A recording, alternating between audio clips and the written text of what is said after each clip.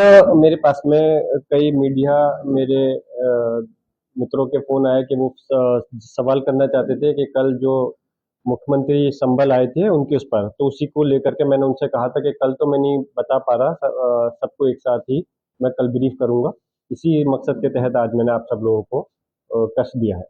कल उत्तर प्रदेश के मुख्यमंत्री ने एक बात कही है कि तुर्क की तुर्काई नहीं चलेगी। क्या आपके परिवार की तरफ इशारा था उनका, या क्या मानती है? पता नहीं वो तुर्कों से मुझे ऐसा लगता है मुख्यमंत्री होते हुए भयभीत है तुर्क वर्ड से, क्योंकि संभल आकर के भी तुर्क ही उन्हें याद आते हैं, मुरादाबाद जिले में आते हैं तो भी तुर्क याद आते हैं।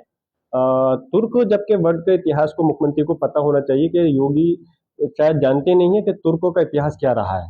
तुर्कों ने अगर इस देश के ऊपर हुकूमत की है तो इस देश के अंदर आज़ादी के लिए भी अपनी कुर्बानियां भी दी हैं। इस देश की आज़ादी में भी तुर्कों का खून पसीना शामिल है।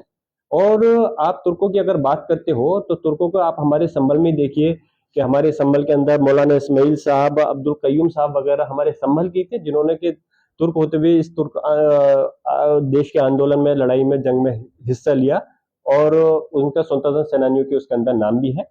और रही बात तुर्कों के इतिहास की बात करते हो आप, तो तुर्कों का इतिहास आप देखो कि आज मुसलमानों का, तुर्कों का जो इतिहास है, आज ताजमहल है, लाल किला है, कुतुब मीनार है, और क्या कहते हैं, बड़ी बड़ी जो इमारतें हैं वो तुर्कों ने बनाई थी। तुम्हारे अगर बात तुर्कों के खिलाफ की बात करते हो तो है आप में हिम्मत के उन इमारतों को खत्म कर दो, क्यों नहीं खत्म कर सकते? उनकी पहचान को मिटा ही नहीं सकते।